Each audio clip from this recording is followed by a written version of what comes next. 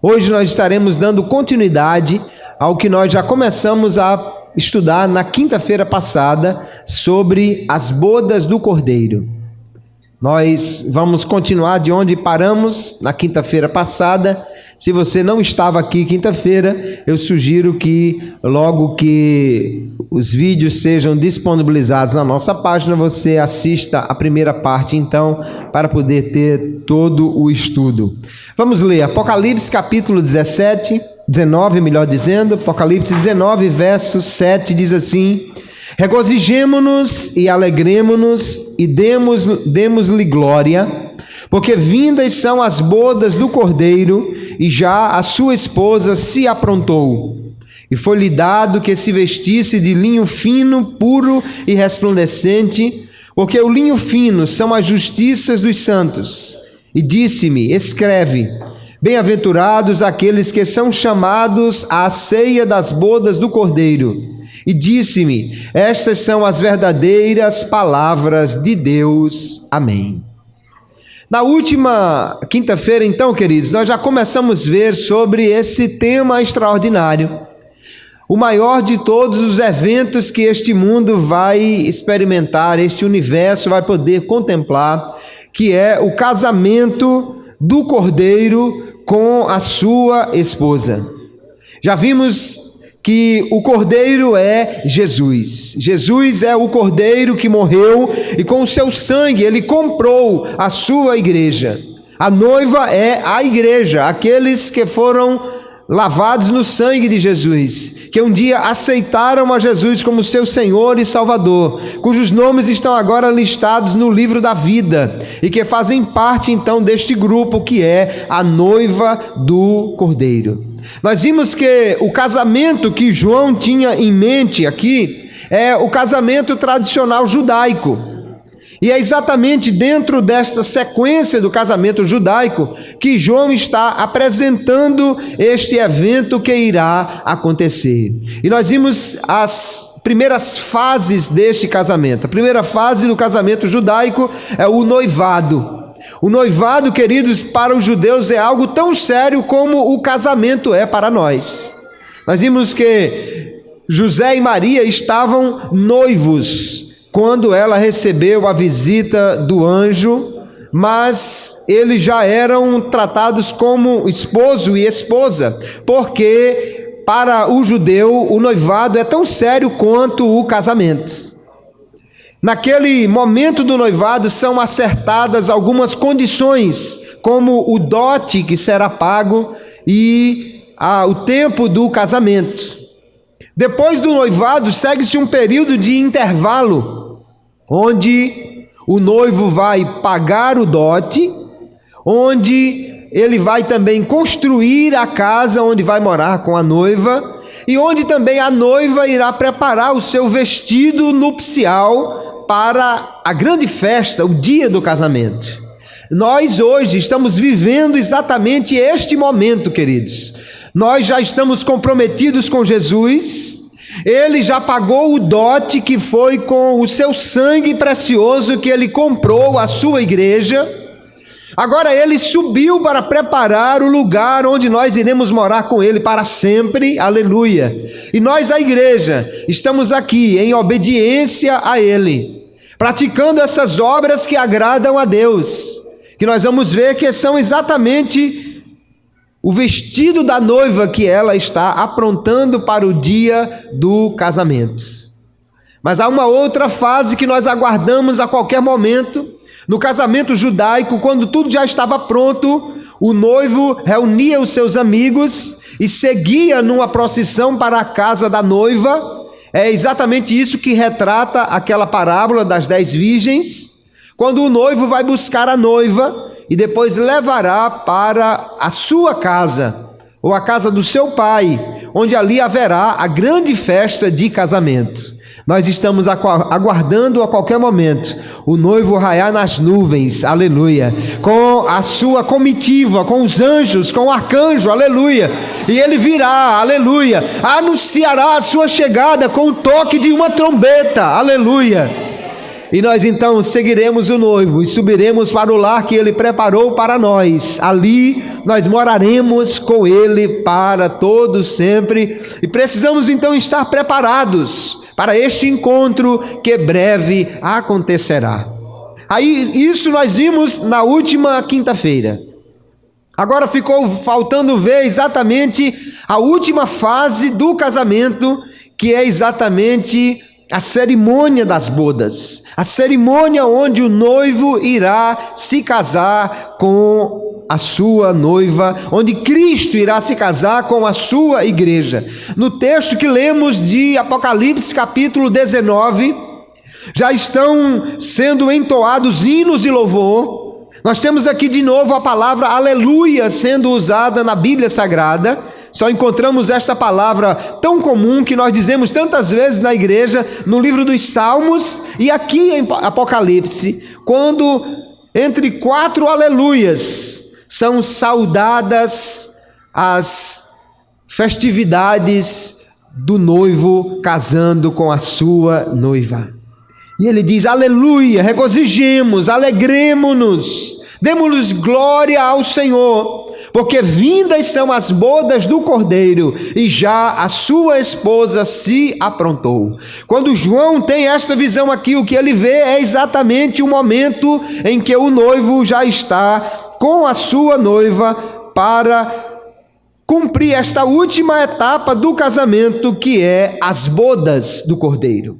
A festa em si, aquilo que irá acontecer no céu e que nós certamente jamais vimos coisa igual da festa que irá acontecer ali. Cristo levará a sua noiva então para o céu, e nós acreditamos que isso acontecerá antes da grande tribulação. A posição dentro da escatologia que nós assumimos é a chamada pré-tribulacionista, ou seja, que Cristo voltará para buscar a sua igreja antes que comece o período da grande tribulação. Porque entendemos que a grande tribulação diz respeito a Israel, quando ele será provado, quando a nação de Israel será submetida a um grande teste e também o castigo de Deus, porque afinal eles rejeitaram o Messias, e a igreja não experimentará esta tribulação, mas estará no céu participando destes eventos extraordinários que a Bíblia registra. Nós vemos em Apocalipse 3:10, o Senhor declarando à sua igreja: como guardaste a palavra da minha paciência, também eu te guardarei da hora da tentação que há de vir sobre todo o mundo, para tentar os que habitam na terra. E aí entendemos então que o noivo virá antes da grande tribulação, levará a sua noiva para o céu, para ali então proceder o casamento que todos nós estamos aguardando. A noiva vai participar daquela grande festa. Jesus prometeu aos discípulos dizendo: nunca mais eu vou tomar do fruto da vide, até que eu tome convosco no reino de meu Pai.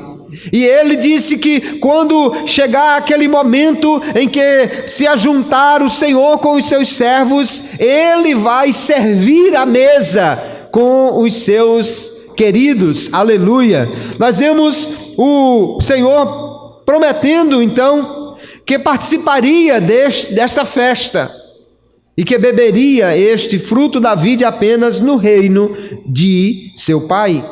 Nós entendemos então, queridos, que nós, os servos do Senhor, iremos subir para encontrar com Ele, fugindo, escapando daquele período de tentação que haverá aqui nesta terra. Enquanto na terra os ímpios e aqueles que rejeitaram a Deus estarão passando por um grande período de destruição, de tormenta, a igreja estará no céu juntamente com o Senhor, e se cumprirá esta palavra de Lucas capítulo 12, quando disse o Senhor: bem-aventurados aqueles servos, os quais quando o Senhor vier achar vigiando. Em verdade vos digo que se cingirá e os fará assentar à mesa, e chegando-se os servirá. Aleluia! Se cumprirá este momento quando a igreja reunida com o Cordeiro participará desta grande festa que será o casamento.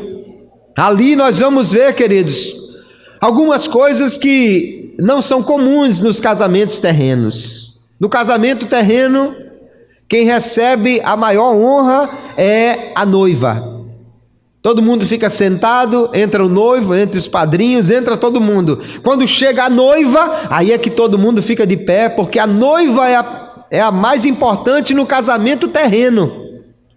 Mas nesse casamento que acontecerá no céu, será diferente. Aquele que recebe glória, honra, louvor, aquele para quem são os aleluias, aquele para quem são os hinos, os cânticos, aquele que merece toda a honra, não é a noiva, mas sim o noivo, o Cordeiro de Deus, aleluia, que remiu os santos que fazem parte agora da igreja. Ele é que tem toda a glória, ele é que tem todo o louvor, a maior atenção é para ele. O louvor aqui não é para a noiva. Os seres celestiais estão cantando e dizendo: demos glória ao Cordeiro, demos glória ao Senhor, porque vindas são as bodas do Cordeiro. A Ele, o Senhor, é que é dada a glória. A noiva vai entrar no céu, e a Bíblia diz que ela se vestirá de um vestido fino, puro e resplandecente de linho. Obviamente nós precisamos entender que João está usando uma figura. Não quer dizer, irmãos, que cada crente no céu vai vestir linho e nem vai ser branco, porque na realidade nós já estaremos numa outra esfera. Não haverá mais a necessidade do material que existe na terra. Lá nós teremos outra realidade. O linho é um tecido valioso, bonito, mas ele não dura eternamente. O vestimento que a noiva terá, ou seja, a forma como nós estaremos no céu, será eterna. João está falando de linho puro, porque já dentro do judaísmo, dentro daquilo que tinha sido ordenado na lei de Moisés, o linho puro e branco era um símbolo de santidade. Era um símbolo de pureza. Os sacerdotes se vestiam assim. Aqueles que iam à presença de Deus usavam esse tipo de veste, porque simbolizava a pureza, a santidade que era necessária para estar diante de Deus. A noiva que vai subir para o céu é uma noiva sem mancha, pura, sem mácula. Paulo diz que está preparando a igreja exatamente para entregá-la ao Cordeiro como uma noiva sem mancha, sem mácula, mas uma noiva pura e resplandecente. Isso é para nós um alerta, queridos, que nós precisamos estar cada dia vigiando, cada dia praticando aquilo que agrada a Deus, cada dia fazendo aquilo que o Senhor aprova, para que quando chegar aquele dia, então cada um de nós esteja com a sua roupa resplandecente, esteja pronto, preparado para subir e encontrar com o noivo nos ares. Glória seja dada ao nome de Jesus. Para os judeus, normalmente o casamento durava 7 dias.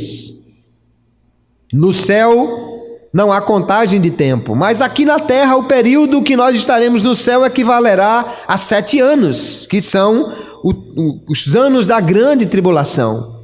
Mas no céu não há relógio. Não podemos dizer, será 7 anos a festa, porque no céu, irmãos, o tempo não se conta.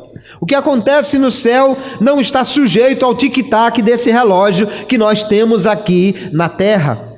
Mas durante esses 7 anos de grande tribulação, a igreja estará lá com o Senhor para este grande momento em que ela se apresenta pura diante de Deus. Note aqui o contraste que existe entre a igreja pura, que é vitoriosa e que estará para sempre na comunhão com Deus, e a prostituta do capítulo 17 e 18, que era toda ornamentada, que era toda vestida de uma roupa extravagante, mas que foi punida e que foi banida para sempre da comunhão com Deus.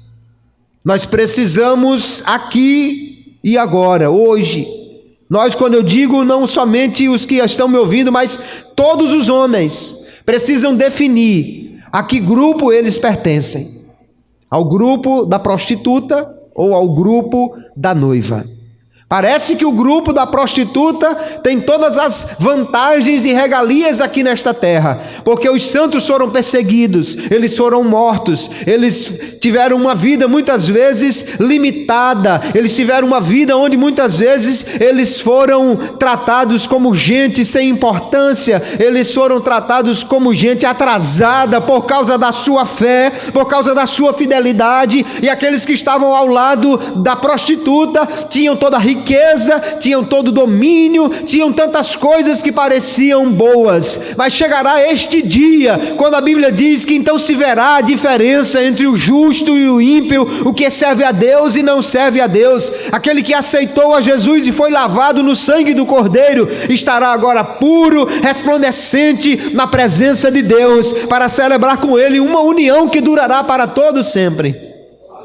E aquele que viveu nos prazeres desta vida, que negou a Jesus, que decidiu viver de acordo com a sua justiça, que aliou-se à rebelde Babilônia, que é representada aqui por esta prostituta, agora experimentará o juízo de Deus e a separação dele para todo sempre.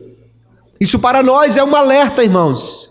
Precisamos viver de tal maneira que, se o arrebatamento acontecer agora, as nossas vestes estejam puras, brancas e resplandecentes para encontrarmos com o Senhor. Aleluia! Nessa etapa das bodas do Cordeiro, nós vamos ver que a Bíblia continua afirmando aquele equilíbrio entre a graça divina que é oferecida ao homem e a responsabilidade humana daquele que é alcançado por esta graça. Veja que diz assim, que a noiva foi-lhe dado, no verso 8, que se vestisse de linho fino, puro e resplandecente.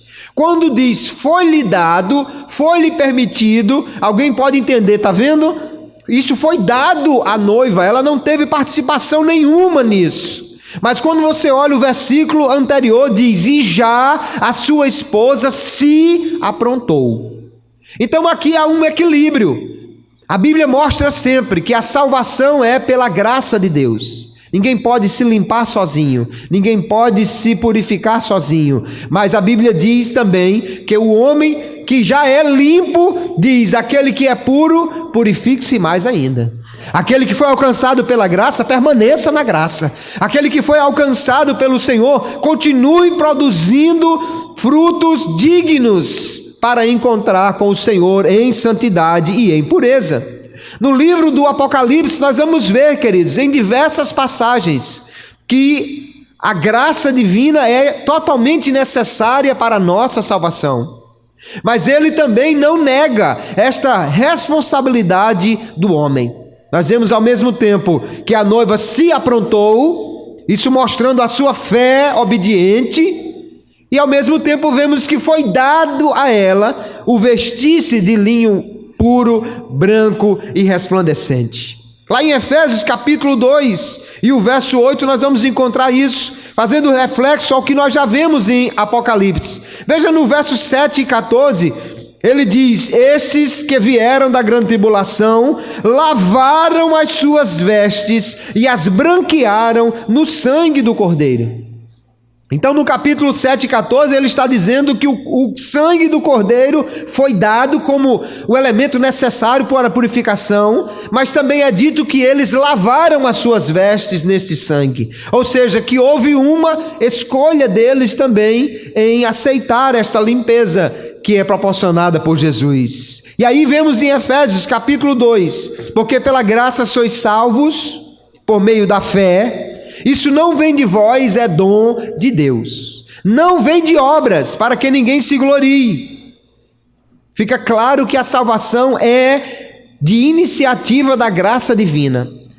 A salvação só é possível porque Deus, em sua graça, resolveu oferecer ao homem essa possibilidade de salvação e providenciou todos os meios para que isso fosse possível. Mas veja que continua o apóstolo Paulo dizendo, porque somos feitura sua, criados em Cristo Jesus para as boas obras, as quais Deus preparou para que andássemos nelas. Então é verdade que nós só somos salvos pela graça, mas também é verdade que aquele que é alcançado por esta graça, espera-se dele que ele continue num caminho de obediência e de fidelidade a Deus. É impossível pensar, eu já fui alcançado pela graça, agora eu posso fazer o que eu quiser, agora eu posso proceder de qualquer maneira. Não, porque os que foram alcançados pela graça, agora diz o texto, eles devem andar praticando as boas obras, as obras que são aprovadas por Deus. Aqui nós temos uma noiva que recebeu um linho fino para se vestir. Mas também diz o texto que ela se aprontou. E o texto explica que o linho fino são as justiças dos santos, ou as obras justas dos santos, as obras que agradaram a Deus. Nós vamos ver que quando nós subirmos para o céu, queridos, não vamos levar nada daqui. Você não leva nada desta terra, a não ser aquilo que você já entesourou lá em cima. Jesus disse: ajuntai tesouros no céu. E que tesouros são esses? São exatamente as obras que agradam a Deus que nós fazemos. Quando nós fazemos alguma coisa para agradar a Deus, aleluia, isso fica registrado no céu. E antes que nós cheguemos às bodas do Cordeiro, vamos passar pelo tribunal de Cristo, quando as obras serão provadas para ver se realmente foram para a glória de Deus ou não. E aquele que fez obras aprovadas por Deus receberá então a sua vestimenta pronta para participar das bodas do Cordeiro. Nós vemos então aqui a necessidade de aceitar a graça, mas também a necessidade de continuar firme, obediente e fiel ao Senhor. Isso se espera da sua igreja. Nas bodas aqui, queridos, nós temos uma igreja linda, uma noiva bela, uma noiva bem vestida, mas essa beleza ela só tem por causa do noivo.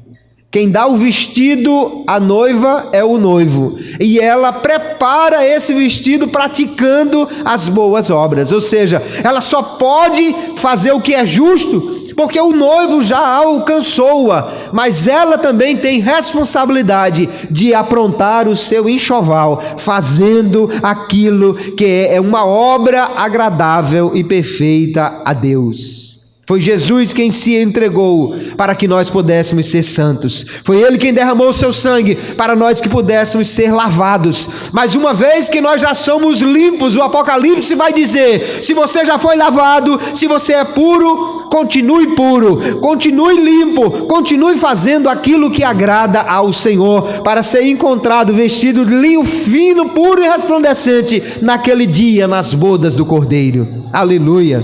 O profeta Isaías já havia falado, aqui Efésios 5:27 fala exatamente daquilo que Paulo diz, que prepara uma igreja sem mancha, sem ruga. E lá em Isaías, ele já havia dito, ele já havia prenunciado que haveria um vestimento de justiça para a noiva que se adornava para um casamento. Já havia Deus anunciado que ele haveria de vestir a noiva, a esposa do Cordeiro, e isso se cumprirá naquele dia. Agora imagine, queridos, que festa extraordinária será essa? E quando é que isso vai acontecer? Escatologicamente falando, esse período da grande bodas do Cordeiro está inserido naquilo que nós chamamos ou vemos na Bíblia de o dia de Cristo. No dia de Cristo, nós vemos que acontecerão 3 grandes eventos. Obviamente, o dia aqui não é um dia de 24 horas, mas é a era de Cristo, o momento de Cristo, quando Ele agora então será a figura central e definitiva e começará a cumprir as promessas finais que fez à sua igreja. Nós vemos que no dia de Cristo estarão 3 eventos acontecendo. Primeiro, o arrebatamento da igreja. Quando Cristo vier para buscar a sua igreja, já então teremos início àquilo que a Bíblia chama o dia de Cristo. Porque daí por diante, queridos, quem se aprontou, se aprontou. Quem não se aprontou, não se apronta mais. Dali por diante, precisa já alguém ter definido se vai subir para o céu ou se vai ficar aqui. Então temos o arrebatamento da igreja. Depois temos o tribunal de Cristo, quando Cristo dará à sua igreja o galardão, a recompensa pelas obras que ela praticou para a glória de Deus. E por último, encerrando esse chamado dia de Cristo, nós temos as bodas do Cordeiro. Quando é que isso vai acontecer? A qualquer momento isso pode acontecer. Pode ser antes que esse culto termine, pode ser antes que nós cheguemos em casa, pode ser amanhã de manhã, pode ser na semana que vem. Nós precisamos estar aguardando, ansiosos. Cristo vem buscar uma igreja que o espera. Aleluia. Você já imaginou se o noivo chegar na casa da noiva e disser, vamos para o casamento, e ela disser, hein, é hoje? O vestido ainda está na costureira. Eu nem tomei banho ainda. Imagine que casamento desastroso será esse. E Cristo não espera por ninguém, não. É preciso a noiva estar preparada hoje, aleluia. É preciso hoje estar esperando, é preciso estar na expectativa, aleluia. Se você já viu alguma noiva que ela fica numa expectativa, ela fica contando os dias, quando chega o dia ela começa a contar as horas, daqui a pouco ela está contando os minutos, ela já está numa expectativa, ela já está meio estressada, correndo para preparar o cabelo, correndo para preparar, e se qualquer coisa estiver fora daquilo que ela planejou, ela já fica angustiada, porque ela está numa expectativa de que chegue o momento de, diante do altar, poder unir-se ao seu noivo. Assim, irmãos, precisa estar a igreja de Jesus. Não podemos estar desapercebidos, olhando para as coisas desta vida. Breve o noivo voltará, e a igreja precisa estar pronta, com o seu enxoval preparado, cheio de obras que agradam ao Senhor, para naquele dia podemos estar diante do Senhor, nosso Deus, com as vestes preparadas, com a vida pronta para encontrar com o Senhor. Aonde é que vai acontecer as bodas do Cordeiro? Nós vemos claramente, queridos, que este evento se dará no céu. Nós vimos aqui no capítulo 19 que João, que estava olhando no capítulo 18 para a terra, vendo o que acontecia ali com a Babilônia, ele diz, depois destas coisas ouvi no céu. E aí então a atenção dele se dirige para lá. E é óbvio que será lá no céu que acontecerá este grande evento. Já no casamento judaico, o noivo ia até a residência da noiva e a levava para a residência do seu pai, quando ali então iria casar-se com ela. Jesus prometeu dizendo, vou preparar-vos lugar, aleluia. E se eu for e vos preparar lugar, virei outra vez e vos levarei para mim mesmo, para que onde eu estiver, estejais vós também, aleluia. Ele foi preparar o lugar, e este lugar é no céu. Agora imagine, queridos, que festa extraordinária será esta festa do casamento de Cristo com a sua igreja, porque aqui na terra, aleluia, quem tem dinheiro faz uma festa grande. Imagine no céu como será. A Bíblia diz assim, olha, aquilo que o olho não viu e o ouvido não ouviu e não subiram ao coração do homem, são as coisas que Deus preparou para os que o amam, aleluia. Você já viu um casamento bonito? Você já viu uma festa que tinha de tudo? Você já viu uma festa muito bem preparada, os doces mais primorosos, as lembrancinhas mais atraentes e bonitas? Você já viu uma noiva tão bem vestida? Você já viu um acompanhamento, uma música extraordinária num casamento aqui nesta terra? Isso não é nada perto do que Deus tem preparado para nós lá no céu, aleluia. Não é nada preparado em relação aos cânticos, em relação ao cenário do que Deus tem preparado para nós. O mundo jamais viu coisa parecida, irmãos. Aleluia, porque aqui nesta terra, os homens ricos fazem festas grandes para os seus filhos. Imagine que festa fará aquele que é dono de todas as coisas. Imagine aquele que é dono de toda a terra, de todo o céu, de todo o universo, aleluia. Aí por isso que a Bíblia diz assim: tua é, Senhor, a magnificência e o poder e a honra e a vitória e a majestade, porque teu é tudo quanto há nos céus e na terra. Teu é, Senhor, o reino, e tu lhe exaltaste sobre todos, e tu te exaltaste sobre todos como chefe. É esse que tem toda a glória, é esse que tem toda a majestade, é esse que tem toda a riqueza, que está preparando o casamento para nós, aleluia, encontrarmos ali no céu, nestas bodas, e para sempre estarmos ali com o Senhor, aleluia. Eu acho interessante, irmão, sabe por quê?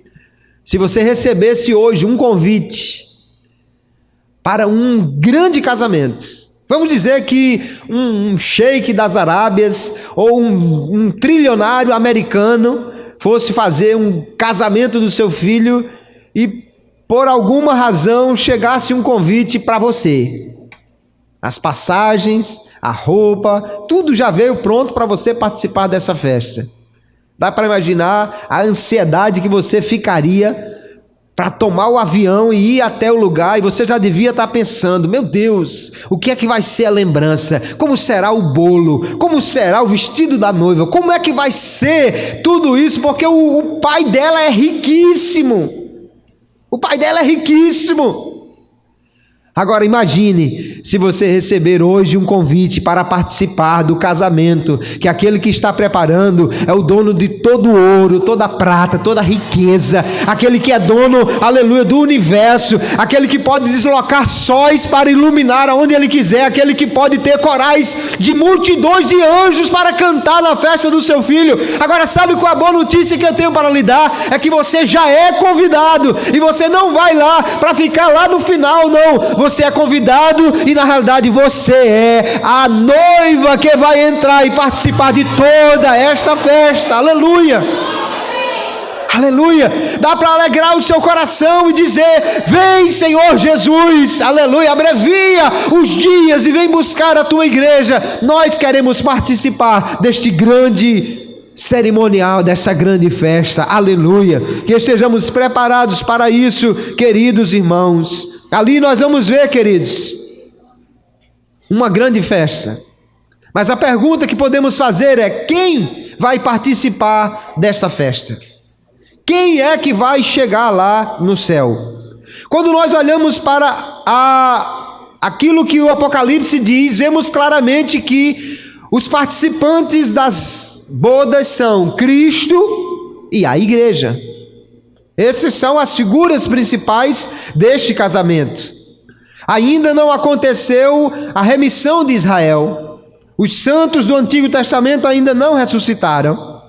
Então a igreja será a grande participante, aquela que subiu no arrebatamento, é que estará presente ali nas bodas com o Senhor. E na Bíblia Sagrada nós temos algumas parábolas que Jesus contou, que nos dão preciosas informações sobre os participantes do grande banquete escatológico que Deus tem preparado. Nós temos a parábola das bodas, lá em Mateus capítulo 22, e temos a parábola da grande ceia, em Lucas capítulo 14. São duas parábolas distintas, mas que trazem em síntese a mesma mensagem, a mesma história.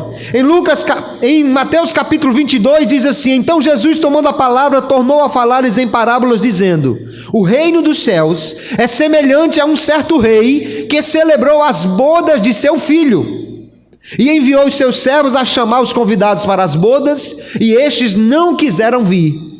Depois enviou outros servos, dizendo: dizei aos convidados: eis que tenho o meu jantar preparado, e os meus bois e cevados já mortos, e tudo já pronto, vinde às bodas. Porém eles, não fazendo caso, foram um para o seu campo e outro para o seu negócio, e outros, apoderando-se dos servos, os ultrajaram e mataram. E o rei, tendo notícias disso, encolerizou-se, e enviando os seus exércitos, destruiu aqueles homicidas, incendiou a sua cidade. Então disse aos servos: as bodas na verdade estão preparadas, mas os convidados não eram dignos. E depois as saídas dos caminhos, e convidai para as bodas a todos os que encontrardes.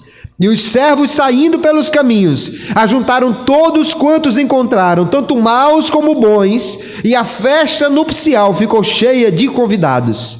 E o rei, entrando para ver os convidados, viu ali um homem que não estava trajado com veste nupcial, e disse-lhe: amigo, como entraste aqui não tendo veste nupcial? E ele emudeceu.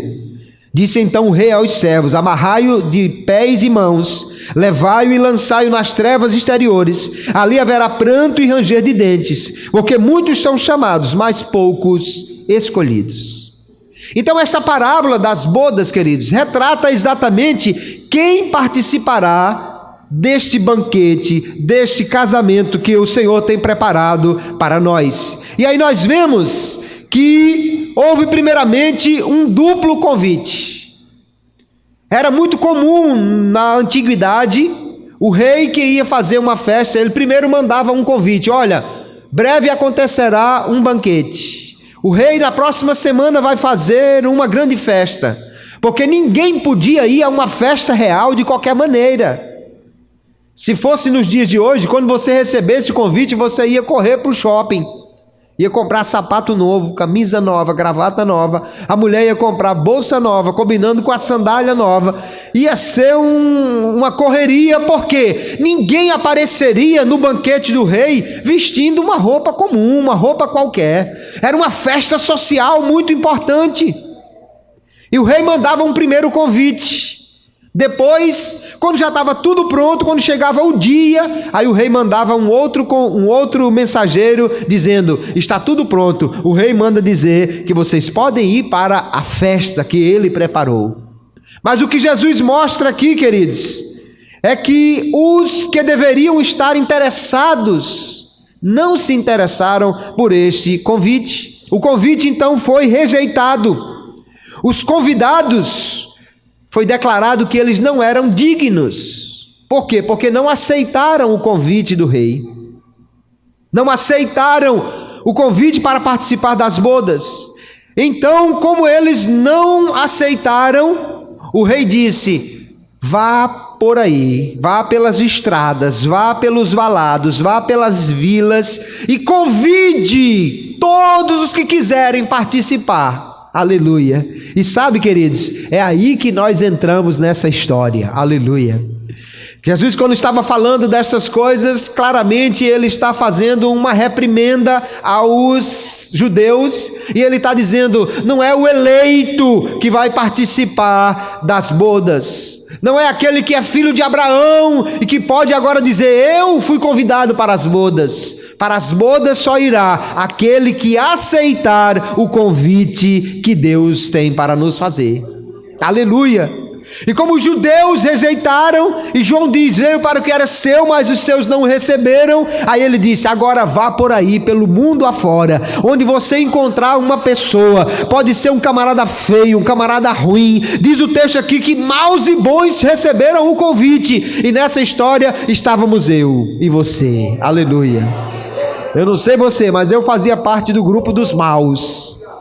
Mas o convite chegou até mim, aleluia. Pela graça de Deus, o rei mandou me convidar, aleluia.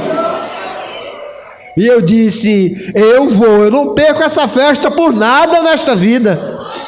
Os convidados disseram: eu me casei e não posso ir. O outro disse: eu comprei um terreno e preciso visitá-lo. O outro disse: eu comprei uma junta de bois e preciso estar lá. Ou seja, estavam envolvidos com as coisas do dia a dia e rejeitaram o convite do rei. Mas aqueles que eram desprezíveis, aqueles que de outra maneira não recebiam nenhum convite para ir ao banquete real, agora foram alcançados por este convite. Aleluia. Isso é para você dar glória a Jesus. E você dizer assim: eu não era digno, eu nunca poderia receber um convite desse, eu jamais seria chamado às bodas do filho do rei, porque eu não tinha condição para isso, mas ele me encontrou lá na estrada, ele me encontrou no meio da lama, ele me encontrou, aleluia, sem nenhuma condição, e me fez o convite, aleluia. A sua graça me convidou, e eu só disse: sim, eu irei, aleluia. Glória seja dada ao nome de Jesus, porque ele nos alcançou. Mas aqueles que foram convidados, quando chegaram na porta do rei, tiveram que receber uma veste que ele foi quem deu. Agora teve um bonitão aqui que disse: não, tá bom essa minha roupa, que é isso, essa camisa eu comprei agora, essa gravata eu ganhei de aniversário, eu vou com essa minha roupa mesmo. E quando o rei entrou nas bodas e viu aquele que não estava vestido adequadamente, mandou expulsá-lo. Por quê? Porque a roupa aqui nós vimos, queridos, a roupa da noiva, a roupa do que está no banquete do rei, é uma roupa de justiça. E só quem pode tornar o homem justo é Deus. É bem verdade que ela pratica atos de justiça, mas só pode fazer o que é justo aquele que já foi justificado por Deus. Aleluia. O que Jesus está dizendo é: a sua justiça própria não vale nada. O seu ato que você faz por sua própria força não conta como vestimenta adequada para o banquete que acontecerá nos céus. Aleluia. O convite é franco, qualquer um pode aceitá-lo, mas para entrar no banquete precisa enquadrar-se nas condições do rei. E o rei diz: só aceito o vestido aqui, desta maneira. Aleluia. Quem chegava para as bodas recebia a veste nupcial que era dada pelo rei. Só podia entrar ali com aquela veste. Aquele que foi expulso é porque achou que a sua própria veste era melhor.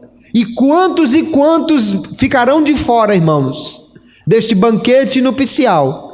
Porque estão confiando mais na sua justiça própria do que na justiça que vem de Deus. Aleluia. Todos nós somos convidados, mas só subirá para encontrar com o Senhor e estar com Ele para sempre aquele que se submeter às condições de Deus para participar deste banquete. O que espera-se de alguém que foi alcançado pela graça é que agora ele ande em conformidade com esta graça, é que ele ande em obediência, que ele ande em fidelidade. Aleluia, aleluia. Então quem participará desta grande ceia? Participará aquele que aceitou o convite, aquele que não rejeitou ao Filho e aquele que submeteu-se à justiça de Deus ou às condições de Deus para estar ali. Mas lá naquele dia, no banquete, na festa de casamento, também nós teremos algumas testemunhas. Veja que aqui no texto que nós lemos de Apocalipse capítulo 19, diz claramente que ouviu-se uma voz de uma grande multidão.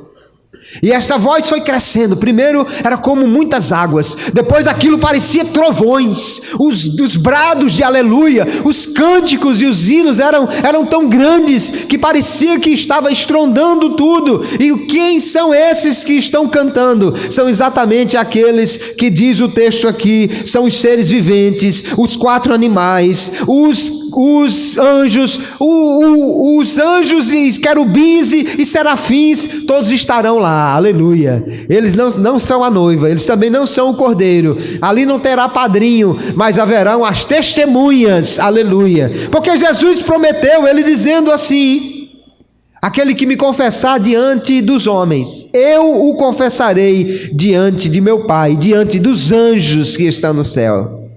Naquele dia, aleluia, Jesus, diante da multidão de seres celestiais, dirá: esta é a minha noiva.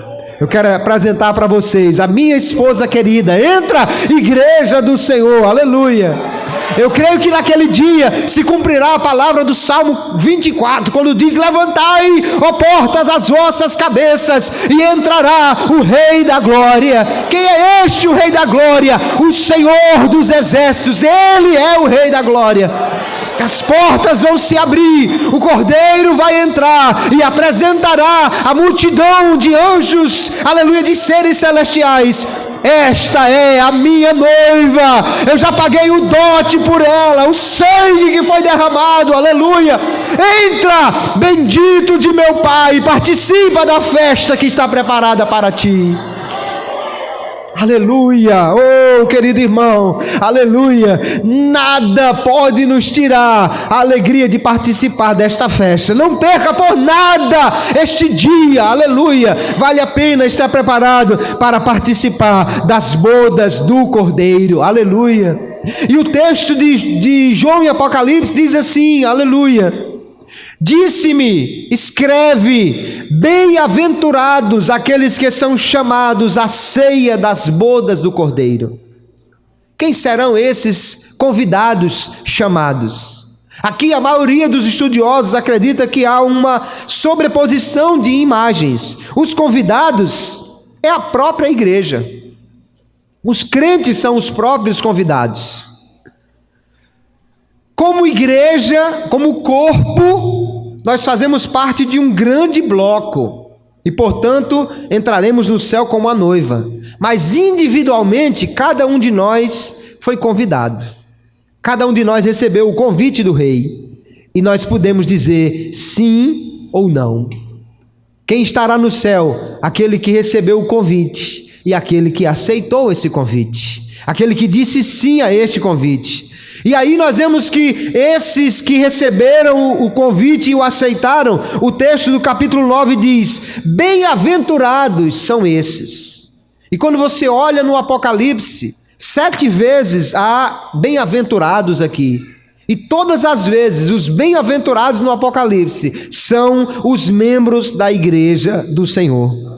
Bem-aventurado aquele que participa da primeira ressurreição. Bem-aventurado aquele que lava a sua veste no sangue do Cordeiro. Bem-aventurado aquele que vencer, eu lhe darei a comer da árvore da vida. Bem-aventurado aquele que morre por Cristo. Bem-aventurado o que guarda a sua veste. Aleluia. Bem-aventurado o que lava a sua veste no sangue do Cordeiro. Todos os bem-aventurados aqui são os membros da igreja. E aqui no capítulo 19, verso 9, não é diferente. Bem-aventurados os convidados. Quem são esses convidados? É você, sou eu, aleluia. Nós somos convidados e aceitamos. Não éramos dignos, não merecíamos, mas o convite do rei chegou até você. Você disse sim e agora você está lá, aleluia.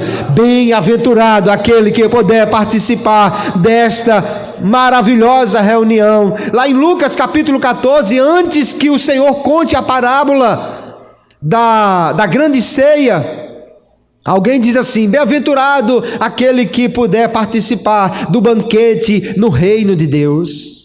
E realmente é bem-aventurado, queridos, aquele que estiver lá, aquele que chegar lá, não terá mais o sofrimento, não terá mais a dor, não terá mais a tribulação, aleluia. A Bíblia diz: o Senhor enxugará dos seus olhos toda a lágrima, e nós estaremos ali para sempre celebrando com o Senhor, participando deste grande banquete, aleluia. Quando nós olhamos para estas coisas, temos que pensar: estamos preparados para participar deste banquete? Aleluia! Estamos preparados para participar desta grande festa? Nós já recebemos o primeiro convite, e no convite dizia: breve o rei vai dizer, está pronto, pode vir. Aleluia! E chegará o momento quando o Senhor raiar nas nuvens, e aí se cumprirá aquilo que a parábola das virgens diz: à meia-noite ouviu-se um clamor dizendo: aí vem o noivo, aleluia. A meia-noite significa um novo dia vai começar, aleluia. Uma nova era vai começar, e este dia será um dia extraordinário para a igreja do Senhor. Amado irmão, amada irmã, vale a pena deixar as coisas deste mundo, vale a pena esquecer os prazeres da carne, vale a pena abrir mão das coisas que este mundo velho oferece, para estar pronto, estar preparado, para que quando o noivo raiar nas nuvens, nós possamos subir para estar com ele para todo sempre. Não perca esta festa, não perca este momento, vale a pena estar preparado, aleluia. Que festa extraordinária será quando nós chegarmos ali. Agora temos 2 eventos distintos aqui que precisamos distinguir um do outro. Há o casamento, que acontece lá no céu, e há a ceia do casamento, o banquete do casamento que acontece aqui nesta terra. Porque o Senhor prometeu dizendo que um dia nós iríamos assentar à mesa com Abraão, Isaque e Jacó. E isso não será no céu, porque só a igreja participará do casamento. Mas aqui no céu, aqui na terra, haverá também um grande banquete. Então temos que dividir esses eventos. O primeiro evento é o casamento em si, as bodas do Cordeiro. Isso acontece no céu. E a igreja estará lá como noiva, que se tornará a esposa do Cordeiro.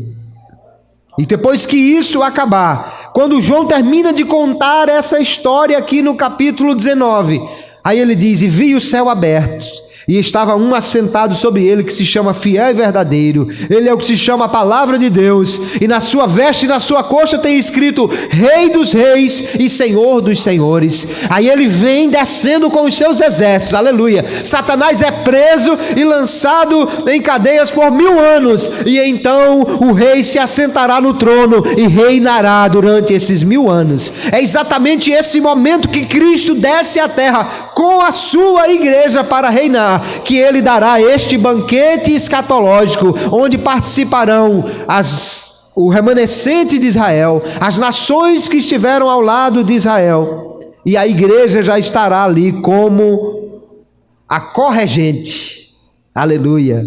Agora ela não é simplesmente a noiva, agora ela é a rainha, aquele que vai reinar juntamente com Cristo, aleluia. Os convidados para esta ceia serão o Israel que foi salvo da grande tribulação, o remanescente, porque quase todo Israel será destruído durante o período da grande tribulação, mas ficará um remanescente, sobrará um pouco, e este pouco verá o Senhor descer. O profeta Zacarias diz que ele descerá sobre o monte, aleluia. O monte vai se abrir no meio, aleluia. E eles reconhecerão que é o Messias, que é o Senhor, aleluia. E Jesus então finalizará o seu juízo sobre as nações e iniciará o período que a Bíblia chama de o milênio, quando ele irá reinar durante 1000 anos. As nações que também estiveram ao lado de Israel sobreviverão e participarão desta grande festa. Alguns estudiosos incluem aí os santos do Antigo Testamento também, porque Jesus disse que assentaríamos à mesa com Abraão, Isaque e Jacó. Pode ser que Abraão, Isaque e Jacó aí seja uma figura falando dos judeus como um todo. Ou pode ser que seja de fato os santos do Antigo Testamento que ali estarão como convidados desta grande ceia. E aí a igreja já estará como rainha, como corregente. E a Bíblia diz: nós reinaremos com o Senhor sobre toda a terra. Aleluia! Este banquete será a apresentação da noiva ao mundo. Aleluia! A noiva que já foi apresentada aos seres celestiais, agora será apresentada ao mundo para dizer: esta é a rainha de vocês, esta é a noiva do Cordeiro, esta é aquela que irá reinar com o Cordeiro sobre toda a terra. E haverá então aí a ceia, a celebração das bodas do Cordeiro aqui nesta terra, quando Cristo vier para estabelecer o seu reino milenial. Aleluia! Diante de tudo isso que nós aprendemos, queridos, eu quero finalizar com algumas lições que nós tiramos dessa história tão extraordinária das bodas do Cordeiro. A primeira coisa, nós vemos que esta metáfora do casamento, ela é importantíssima para nos apresentar o amor de Deus por nós. Aquele que nos comprou com seu sangue, não nos comprou para sermos simplesmente empregados seus. Não nos comprou simplesmente para nós sermos servos seus. Ele nos chamou para sermos a sua noiva querida. Aleluia! Isso fala de um amor, aleluia, tão grande. Paulo fala em Efésios capítulo 5 do marido que deve se entregar pela esposa, porque Cristo se entregou pela dele. Aleluia! Isso fala de um amor tão grande, que o apóstolo João nem soube dizer o tamanho, mas ele disse: Deus amou o mundo de uma tal maneira que enviou o seu Filho Jesus. Aleluia. Nós somos a noiva do Cordeiro. Isso fala de um relacionamento íntimo daquele que nos ama. Aleluia. Jesus nos comprou para sermos esposa. Ele nos ama de uma maneira extraordinária. E a forma do relacionamento que teremos com Ele, queridos, não somente aqui, mas no céu principalmente, fala de um relacionamento de intimidade com o Senhor. Aqui nesta terra haverão muitos que serão súditos, que se quiserem falar com o Cordeiro, terão que subir a Jerusalém, marcar uma audiência para falar com Ele. Mas a igreja reinará com Cristo, estará com Ele para sempre, estará em comunhão perfeita com o Senhor. Aleluia. Nós somos a igreja que é a noiva, queridos. Nós somos íntimos, aleluia. E está preparado para nós, aleluia, uma eternidade de intimidade com Deus. Quando você está aqui na igreja, naquele dia que o culto é tão gostoso, você fica dizendo: ah, meu Deus, eu queria que esse culto não acabasse, eu queria que amanhã o culto fosse da mesma maneira, porque é tão gostosa a presença de Deus, essa intimidade com Ele. Pois eu tenho uma boa notícia para lhe dar: chegará breve o dia que a intimidade será constante, que a presença real, aleluia, que o gozo de estar na presença do Senhor será sempre e eternamente. Aleluia. Nós somos a noiva do Cordeiro. Aleluia. Ele nos ama e nos preservará em intimidade e em comunhão com Ele para todo sempre. Aleluia. Mas se nós somos a sua noiva, estamos comprometidos com Ele, estamos aguardando que Ele venha nos buscar, o que nós devemos fazer enquanto esperamos? Nós devemos viver uma vida de obediência a Deus, porque esta obra de obediência é o vestido que a noiva prepara para o seu encontro. A noiva pratica obras de justiça, a noiva pratica coisas que agradam a Deus, e está assim preparando o seu enxoval. Hoje as coisas estão muito industrializadas, já estão muito prontas. A noiva vai ali, aluga um vestido que outra já usou e ela depois do casamento devolve. Mas naquela época não era assim. A noiva preparava, a noiva bordava o seu vestido. Cada vestido era especial, era único, era exclusivo, era feito somente para ela. Aleluia. Mandava-se preparar um vestido único, que seria guardado como lembrança, porque era a roupa do casamento daquela pessoa. Aleluia. Nós, enquanto estamos aqui nessa terra, queridos, precisamos estar fazendo aquilo que agrada a Deus. Isto é a nossa parte, aleluia, mantendo-nos em comunhão e em santidade e em justiça diante de Deus, para que possamos ser achados dignos de estar diante do Cordeiro naquele dia. A noiva deve ser fiel ao Senhor, deve demonstrar o seu amor, a sua devoção, e deve esperar ansiosamente a vinda do Senhor. Jesus avisou, aleluia, de muitas maneiras. Ele disse: olha, como foi nos dias de Noé, assim será nos dias da vinda do Filho do Homem. As pessoas casavam, as pessoas davam-se em casamento, as pessoas compravam, vendiam, as pessoas estavam fazendo aquilo que é natural fazer. Mas o problema não foi casar. Casar nunca foi pecado. Só se o casamento estiver muito errado, né? Casar com quem não é para casar, aí é outra coisa. Comprar e vender, isso também não é pecado. O pecado daquela geração de Noé foi não estar aguardando, foi não estar esperando, foi não dar ouvidos aos avisos do pregoeiro da justiça Noé, que dizia: vai chegar o dia que o dilúvio cairá sobre a terra.